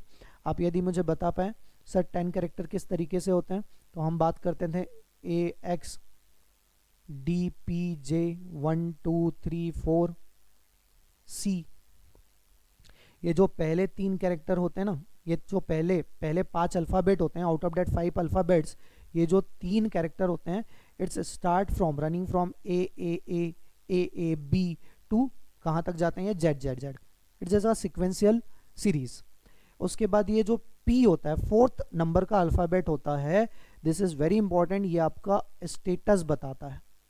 मतलब यदि इंडिविजुअल है तो फिर क्या लिखा रहेगा P, फॉर्म है तो क्या लिखा रहेगा F, C लिखा है इसका मतलब क्या है कंपनी, A लिखा है इसका मतलब क्या है AOP, T लिखा है इसका मतलब क्या है ट्रस्ट, H लिखा है इसका मतलब क्या है HUF। बात याद आ रही है। और इसका जो 5th अल्फाबेट होता है this is nothing but the, बोलिए, 5th अल्फाबेट जो होता है that is first character of your surname और लास्ट नेम। क्या? First character of the last name और सरनेम। जैसे फॉर एग्जांपल मेरा जैन है तो जैन का यहाँ पे क्या लिखा हुआ है, जे लिखा हुआ है। क्लियर है। अब यदि मैं बात करूँ 1 2 3 4, ये क्या है, this is just a sequential number 001 से 9999 तक यूज होते हैं टू फॉर्म अ सीरीज। और this one is nothing but the check digit. इसको हम क्या बोलते हैं दोस्तों, चेक डिजिट। इसको मैं क्या बोलता था, चेक डिजिट। चेक डिजिट का यूज भी मैंने आपको बताया था। Okay, so now we are moving ahead. Who is required to PAN. वैसे पेन से रिलेटेड क्वेश्चन आने की probabilities are very less, but also कुछ बातें यहाँ पे जो आ सकती है उसमें से एक है कि who required to furnish a PAN, और दूसरा जो इंपॉर्टेंट पार्ट है कि पेन मुझे कहाँ कहाँ कोट करना होता है। गवर्नमेंट ने कुछ ट्रांजेक्शन प्रिस्क्राइब्ड कर रखे हैं जिसमें पेन कोट करना इज कंपलसरी, जिसमें पेन कोट करना क्या है बेटा, कंपलसरी है। क्लियर है, बात समझ में यहाँ तक। तो सबसे पहले who is required to furnish a PAN, वो हर एक person whose total income exceed the basic exemption limit, required to furnish a PAN, required to apply for allotment of PAN, person who is accessible on behalf of any other person, and such other person's total income exceed the exemption limit। यदि आप किसी behalf में, जैसे for example minor ने अपने skill और talent से income कमाई है, ध्यान आ रहा है कुछ, यदि माइनर अपने स्किल और टैलेंट से इनकम कमाता है तो उसकी इनकम माइनर के हाथ में ही टैक्स होती है। उसके लिए क्लबिंग प्रोविजन अट्रैक्ट होते थे क्या, नहीं। But all of you are aware minor is not compatible to the contract. मतलब माइनर रिटर्न फाइल कर सकता है क्या, नहीं कर सकता। तो उसके बिहाफ में कौन फाइल करेगा, रिप्रेजेंटेटिव कौन फाइल करेगा, दैट इज इंडिविजुअल फाइल करेगा, दैट इज पेरेंट्स। क्लियर है। तो उस सिचुएशन में क्या होगा, क्या उसकी इनकम बेसिक एग्जाम्पशन लिमिट से एक्सीड कर रही है, यस, तो आपको उस माइनर के लिए भी पेन अप्लाई करना पड़ेगा। Person engaged in the business or profession and his turnover is likely to exceed 5 lakh. Person who receive any sum on which tax is deducted, यदि आपका टीडीएस डिडक्ट हो रहा है, यदि आपका टीडीएस डिडक्ट हो रहा है तो आपको अपना पेन फर्निश करना पड़ेगा to the deductor, otherwise deductor क्या करेगा, 20% से टैक्स डिडक्ट करेगा, याद है। Any other person notified by the or directed by the AO or notified by the central government who intends to enter into transaction prescribed by the board. अच्छा, अब यहाँ पे कुछ और भी बातें हैं कि क्या पेन के लिए, ये तो क्या हो गया मैंडेटरी क्राइटेरिया, मैंडेटरली इन सारे केसेस में पेन के लिए आपको अप्लाई करना ही पड़ेगा। बट क्या फ्रेंड्स मैं वॉलेंटरी पेन के लिए अप्लाई कर सकता हूँ? Answer is yes. वॉलेंटरी तो you can apply PAN at any time, तो यहाँ पे मैंने वही लिखा हुआ है, person can make application for PAN on voluntary basis, point number 1। ठीक है, point number 2, where a minor is required to quote PAN, he shall quote the PAN of his father और मदर और गार्जियन एज द केस में be. Third, यहाँ से important part शुरू हो रहा है बिकॉज ये नया पार्ट है। पार्ट क्या है पहले पढ़ लेते हैं, उसके बाद फिर मैं आपको समझाता हूँ। देखो क्या लिखा है, for widening the tax base को इंक्रीज करने के लिए every person who has not been allotted a pen and who intends to enter into a transaction as prescribed by the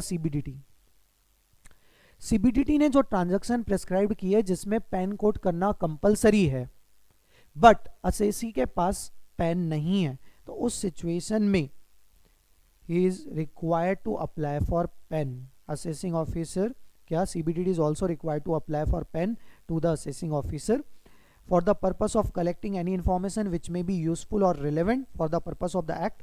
Central government may notify any class or classes of assessee to apply assessing officer for allotment of pen within such time period as may be prescribed. General provision है। important बात यहाँ से start होती है, assessing officer having regard to the nature of the transaction as may be prescribed may also allot pen to any other person as may be prescribed। ठीक है, basically क्या बोल रहा है ये सिंपली ये बोल रहा है कि पर्टिकुलर ट्रांजैक्शन जो CBDT ने नोटिफाइड कर रखे हैं जिसमें पेन कोड करना कंपलसरी है, और यदि आपके पास पेन नहीं है and if you are that is undergoing that particular transaction then you need to apply for PAN to your assessing officer, पहला। दूसरा, क्या पेन नहीं है तो क्या मैं आधार कार्ड सबमिट कर सकता हूं? क्या आधार कार्ड इंटरचार्जेबिलिटी पॉसिबल है? तो as per section 194A5P every person who is required to quote his PAN and who has not been allotted PAN quote करना कंपलसरी है, बट यदि मुझे पेन अलॉट नहीं किया गया तो we can quote our Aadhaar number in place of that PAN. Even if you can recollect, यदि आपने थोड़े बहुत आपको दैट इज सराउंडिंग की अपडेशन मिलते होंगे, तो गवर्नमेंट ने पेन और आधार को लिंक करना कंपलसरी किया था, आपको पता है। नो डाउट उसकी डेट गवर्नमेंट ने आगे बढ़ा के 31 मार्च 2020 कर दी, इवन आगे, और उसको फर्दर गवर्नमेंट ने दैट इज पोस्टपोन किया है। बट हाँ, अब आधार को भी हम वैलिड डॉक्यूमेंट कंसीडर करके उसे भी पेन के साथ लिंक करने जा रहे हैं। और if you are having Aadhaar but not having PAN, तो गवर्नमेंट बाय डिफॉल्ट आपका पेन जनरेट करवा रही है। बात समझ में आ रही है? आगे क्या लिखा हुआ है, every person entering into a transaction as may be prescribed shall quote a PAN और आधार नंबर, लिखा हुआ मिल गया, पेन और आधार नंबर, डेट्स इट। तो ये जनरल बातें थी, नॉट दैट मच रिलेवेंट, यदि आप चाहें तो इसे छोड़ सकते हैं। Now very important part is कौन कौन से ट्रांजैक्शंस ऐसे हैं जिसमें पेन कोड करना कंपलसरी है। इससे पहले ये बातें करूं, बेटा what if you are not having PAN, तो क्या पेन का कोई सब्स्टिट्यूट भी है क्या? आंसर इज यस, पेन का सब्स्टिट्यूट भी है, you need to submit a form 60। ठीक है, आगे देखते हैं पेन कौन कौन से केसेस में compulsory. Again this is the important list for exam point of view, ये आता है। देखो, इफ सेल और परचेस ऑफ इमूवेबल प्रॉपर्टी, यदि आप इमूवेबल प्रॉपर्टी जो कि 10 लाख से ज़्यादा के अमाउंट की है आप सेल या परचेस कर रहे हो, देन पेन कोड करना कंपलसरी है। विदाउट पेन सेल और परचेस इमूवेबल प्रॉपर्टी का नहीं हो पाएगा। दूसरा, सेल और परचेस ऑफ इमूवेबल प्रॉपर्टी जिसकी stamp duty value more than ₹10 lakh है। सेल और purchase of motor vehicle, motor vehicle से यहाँ पे मतलब क्या है, we are talking about 4 wheeler motor vehicle और मोर देन 4 व्हीलर। ठीक है, 2 व्हीलर परचेस करने पे भी वैसे वो they are asking for PAN, but PAN नहीं भी हो तो भी चल जाता है, बट 4 व्हीलर परचेस करने के लिए विदाउट पेन पॉसिबल ही नहीं है। ठीक है, उसके बाद opening a demat account, that is opening account, bank account in a banking company, cooperative bank, post office, nidhi company, NBFC, and for amount exceeding ₹50,000 या aggregating to more than 5 lakh during a financial year. Opening any account in a bank और cooperative society, यदि आप bank में आप saving bank account भी open करवाएंगे तो भी वो आपसे पेन कंपल्सरली डिमांड करते हैं। यदि आपके पास पेन नहीं है तो आपने देखा होगा फॉर्म के लास्ट में फॉर्म 60 अटैच होता है जो आपको फिल करके देना होता है। यदि आप कैश डिपॉजिट कर रहे हो for more than 50,000 in a bank cash, तो उस केस में भी पेन इज कंपल्सरी। यदि आप डीडी बना रहे हो more than 50,000 then also PAN is compulsory. Depositing in cash an amount aggregating more than 2,50,000 in a bank or cooperative bank in between 9th November 2016 to 30th December 2016। ये क्या है, वो government ने डीमोनेटाइजेशन किया था, याद हो आपको? तो ये डीमोनेटाइजेशन के सब्सिक्वेंट ये प्रोविजन आया था कि यदि आप अपने अकाउंट में from 9th November to 30th दिसंबर 2016 2,50,000 से ज़्यादा अमाउंट डिपॉजिट करते हैं तो उस सिचुएशन में you are required to quote your PAN on compulsory basis. Payment in cash for purchase of bank draft more than 50,000, थोड़ी देर पहले ही आपसे मैंने बात की थी। Making an application for credit card or debit card, opening a demat account, sale और purchase of the security more than ₹1 lakh, और क्या, सेल और purchase of unlisted share more than ₹1 lakh पर transaction, sale of life insurance premium payment of life insurance premium more than ₹50,000, payment exceeding ₹50,000 to any person for mutual fund या फिर institution for acquisition of debenture और bond, RBI for acquisition of bonds, making payment to the hotel और restaurant for more than 50,000, पहले ये limit 25,000 थी, recently government ने इसको exceed करके 50,000 कर दिया है। Payment in cash in connection with the travel, foreign travel for more than 50,000 and sale और परचेस, ये नया पॉइंट आया, अगेन इंपॉर्टेंट है, सेल और परचेस ऑफ एनी गुड्स और सर्विस जिसका पेमेंट आप एक्सीडिंग मोर देन 2 लाख पर ट्रांजेक्शन कर रहे हैं। यदि आपका 2 लाख से ज़्यादा का ट्रांजेक्शन एट अ टाइम हो रहा है सेल और परचेस ऑफ गुड्स और सर्विस का, तो उस सिचुएशन में भी पैन कोड करना कंपलसरी है। मतलब छोटी सी लिस्ट है, ज़्यादा बड़ी नहीं है। बैंक अकाउंट ओपन करने के लिए, डीमेट अकाउंट ओपन करने के लिए, इमोल प्रॉपर्टी को सेल परचेस करने के लिए, बैंक में 50,000 से ज़्यादा डिपॉजिट करने, 50,000 से ज़्यादा की डीडी बनाने, सिक्योरिटी परचेस करने के लिए, listed security more than ₹1 lakh, unlisted मोर देन ₹1 लाख पर ट्रांजेक्शन, उसके बाद मोटर व्हीकल परचेस करने के लिए 4 व्हीलर या cash transaction more than 2 lakh पर transaction required to quote your PAN on compulsory basis. Clear है? नाउ नेक्स्ट प्रोविजन आ रहा है 139AA, that is the Aadhaar card. Quoting of Aadhaar number very important for exam point of view. Again मैं यहाँ पे भी important लिख रहा हूँ, Aadhaar number. Every person who is eligible to obtain Aadhaar number is required to mandatorily quote Aadhaar number on or after 1st July 2017 in the application form of allotment of PAN and return of income। Aadhaar number quote करना, जो आपका Aadhaar number होता है basically, वो Aadhaar number quote करना compulsory कर दिया गया है, मैंडेटरी कर दिया गया है for making application for allotment of PAN as well as during a filing of return of income। You know what,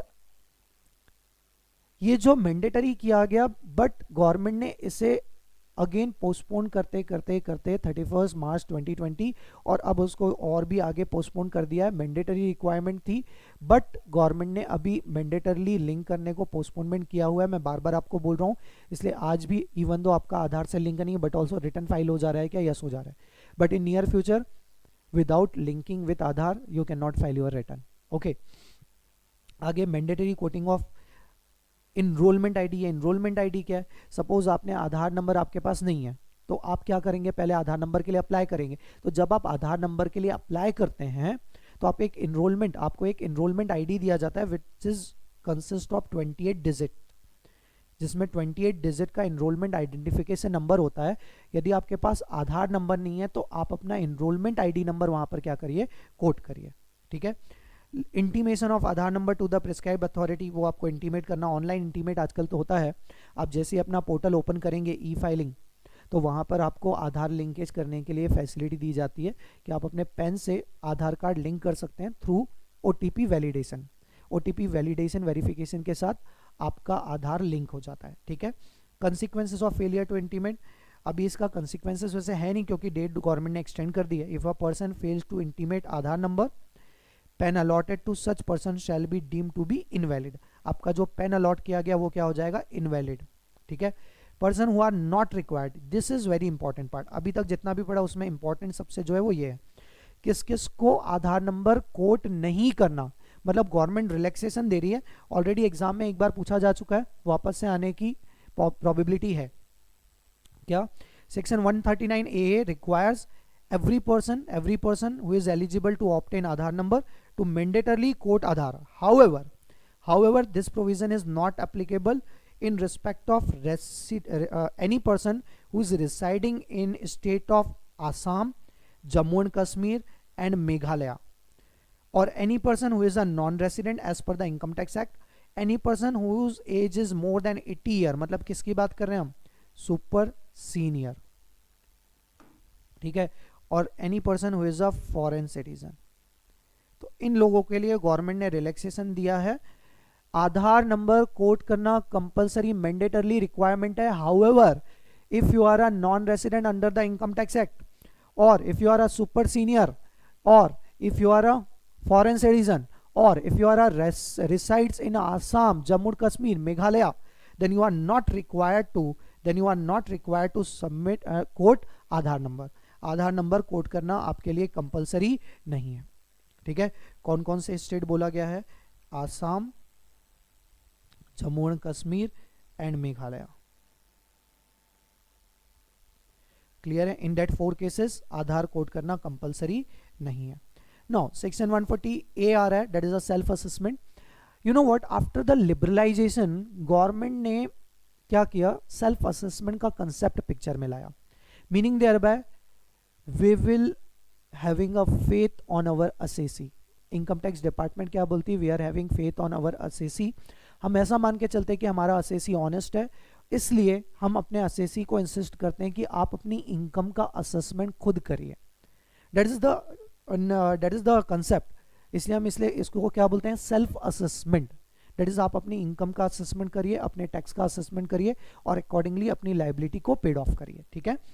तो इसमें जो इंपॉर्टेंट पार्ट है पढ़ते हैं. देखें, before furnishing is return of income, assessee should ensure that any tax payable by him on the basis of income declared by him has been actually paid either by way of direct payment or by way of TDS. ठीक है. Also this particular further assessee should have also paid क्या, also paid any interest, penalty, what ever advance tax जो भी पे किया हुआ है वो सारी चीज़ें पे करनी पड़ेगी. साथ में रिलीफ आपको मिला तो वो भी हम रिलीफ को भी क्या कर लेंगे, रिड्यूस कर लेंगे. अब इसमें क्या होता है कि आप अपनी इनकम को सेल्फ असेस करिए. क्या, टोटल इनकम आप अपनी सेल्फ असेस करिए. उस टोटल इनकम के ऊपर आप अपनी टैक्स लाइबिलिटी निकालिए. जो कि भी आपकी टैक्स लाइबिलिटी आई है उसमें से आप लेस करिए एडवांस टैक्स को, एडवांस टैक्स के पेमेंट को. TDS को आप लेस कर दीजिए, TCS को लेस कर दीजिए. ठीक है. यदि आपके पास AMT या MET का क्रेडिट है तो वो भी आप यहाँ से क्या कर दीजिए, लेस कर दीजिए. यदि आपके पास कोई रिलीफ है तो उस रिलीफ को भी अंडर सेक्शन 89 हो गया, 90 हो गया, 91 हो गया, वो भी आप माइनस कर दीजिए. और अब जो नेट बचा हुआ है, जो बैलेंस आपको पे करना है, that is a self assessment tax liability under section 140A. This is the self assessment tax liability under section 140A जो आपको सब्सिक्वेंटली गवर्नमेंट को पे करनी है. क्लियर है. साथ में यहाँ पे टैक्स लाइबिलिटी जो आपने यहाँ पर कैलकुलेट की है, it's include interest as well as late fee also, penalty also. 234A-B-C का भी इंटरेस्ट है यहाँ पर, पेनाल्टी भी है. जो भी कंसिक्वेंसेस फॉर फेलियर रिटर्न है वो सारे भी ऐड करने का. जो नेट आपको पे करना है वो that is considered as a self assessment. उसमें आपने यदि कुछ TDS, TCS, एडवांस टैक्स तो उतना आप माइनस कर दीजिए ग्रॉस में से, बाकी का बचा हुआ आपको क्या करना पड़ेगा, पे. That is a 140A. Now next provision we are coming across, submission of return through a TRP, that is a tax return preparer under section 139B. Basically चिट्स मतलब honourable finance minister P Chidambaram ji. ठीक है. जो हमारे formal finance minister थे P Chidambaram ji ने एक concept picture में लाया था उन्होंने कहा बजट की स्पीच में, उन्होंने कहा था for the purpose of generating employment we are bringing a concept of TRP, जिसके थ्रू हम कुछ क्लास ऑफ पर्संस को who is having a adequate qualification, उन्हें हम ट्रेन करेंगे टूवर्ड्स फाइलिंग ऑफ रिटर्न, और after taking a that is TRP status that person can file a return. कौन से रिटर्न? छोटे मोटे रिटर्न। छोटे मोटे रिटर्न का मतलब क्या है? जो जनरल रिटर्न होते हैं जिसमें टैक्स ऑडिट की एप्लीकेबिलिटी नहीं है, जिसमें लॉस, बड़े लॉसेस नहीं है, वो छोटे मोटे रिटर्न वो फाइल कर सकते हैं, और इसके बदले उन्हें क्या मिलेगा? उन्हें इसके बदले क्या मिलेगा? कमीशन। तो एक छोटा सा डेट इज थ्योरेटिकल कंसेप्ट है, एक बार इसको रीड आउट कर लेते हैं और इसको खत्म करते हैं फिर हम। क्या लिखा है meaning of TRP?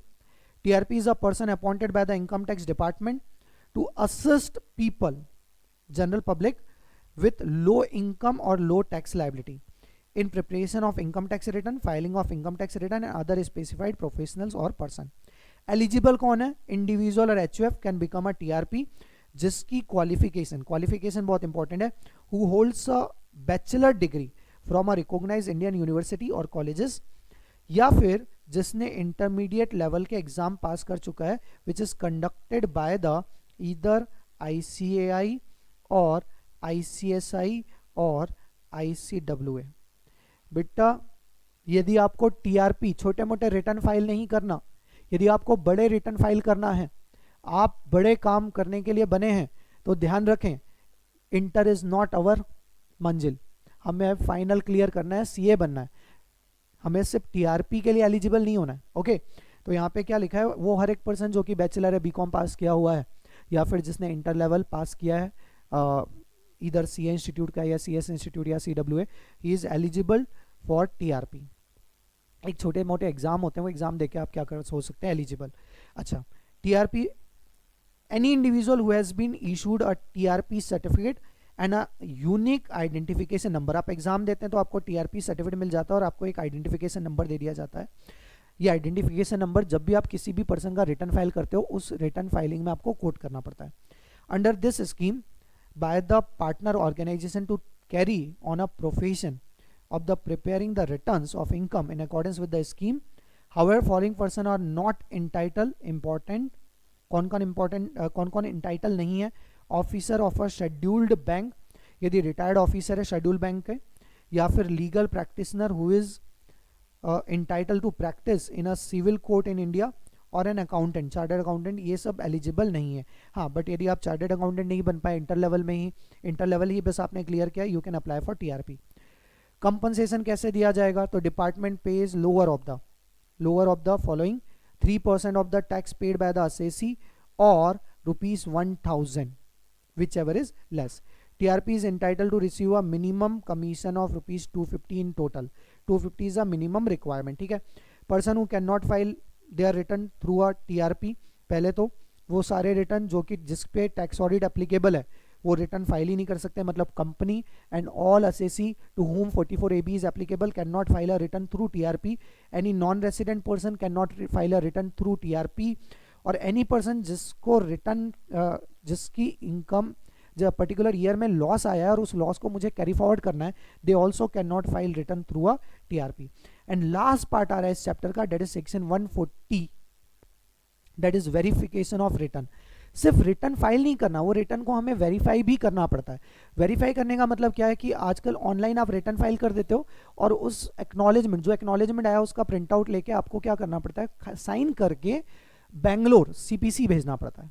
But recently इसका सब्सटीट्यूट भी गवर्नमेंट ने दे दिया, you need not to take a print out of acknowledgement in order to reduce paperwork, physical paperwork. You are not required to generate, you are not required to take a printout of acknowledgement and send to the Bangalore CPC. Rather, you can verify your return online through a Aadhaar number verification, rather validation, या फिर net banking के through आप अपने return को verify कर सकते हैं, या फिर डीएससी के थ्रू, डिजिटल सिग्नेचर सर्टिफिकेट के थ्रू आप अपने रिटर्न को वेरीफाई कर सकते हो। नाउ क्वेश्चन इज, अपने रिटर्न को वेरीफाई कौन करेगा? वेरी वेरी इंपॉर्टेंट, एग्जाम में maximum time, frequently asked question है बेटा, मैक्सिमम टाइम आ चुका है। यदि इंडिविजुअल का रिटर्न है, किसने फाइल किया, इंडिविजुअल, तो उस रिटर्न को वेरीफाई कौन करेगा, individual himself. However if individual is incapable, mentally incapable, तो उस केस में गार्जियन फाइल करेंगे या any other person competent to act on his behalf. यदि individual can not verify because he is not in India, तो उसने जिससे भी ऑथोराइज किया हुआ है उस ऑथोराइज एजेंट को, इधर चार्टर्ड अकाउंटिंग या किसी भी थर्ड पार्टी को ऑथोराइज किया है, उस ऑथोराइज एजेंट को उस रिटर्न को वैलिडेट करना पड़ेगा। बट ध्यान रहे इस केस में you need to submit power of attorney along with the return. आपको पावर ऑफ अटॉर्नी भी सबमिट करनी पड़ती है कि हाँ उस बंदे ने, इंडिविजुअल ने मुझे पावर ऑफ अटॉर्नी दी है, that is the reason we are verifying that return. वैसे आजकल तो absent है तो भी वो रिटर्न उसका वैलिडेट किया जा सकता है थ्रू OTP, आधार वैलिडेशन है, नेट बैंकिंग है, तो हम उसको बोल सकते हैं even though you are outside India but also through OTP और net banking you can validate your return इधर through DSC। Okay, individual can not verify return because of any other reason, तो ऑथोराइज एजेंट के थ्रू, but power attorney आपको देनी पड़ेगी। HUF के case में कौन वेरीफाई करेगा, कर्ता। बट यदि कर्ता नहीं है तो उस केस में other adult member, co-partner can verify your return. In case of company managing director, what if managing director available नहीं है, तो any other director, बट यदि फॉरेन कंपनी है, नॉन रेसिडेंट कंपनी है, तो उस केस में एजेंट जो कि ऑथोराइज किया गया है in this behalf, again power attorney आपको साथ में सबमिट करनी पड़ेगी।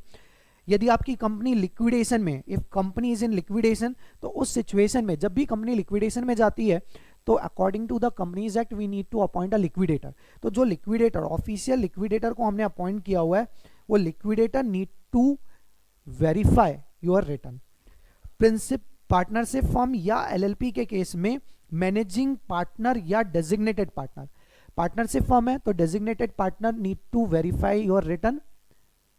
यदि LLP का रिटर्न है तो again that is designated partner need to verify. Partnership form में मैनेजिंग पार्टनर, LLP के केस में designated partner. But what if यदि managing partner and designated partner available नहीं है बिकॉज ऑफ एनी रीजन, तो उस केस में कोई भी any other partner can file a return. Now last point आता है, यदि पॉलिटिकल पार्टी है तो chief executive officer that is CEO of that particular political party required to verify a return. Local authority के case में principal officer, any other association principal officer, जैसे scientific research association हो गया या फिर AOP हो गया, BOI हो गया, इन सब में कौन वेरीफाई करेगा रिटर्न को, principal officer. In any other case return shall be verified by such person और by any person competent to act on this behalf. This is all about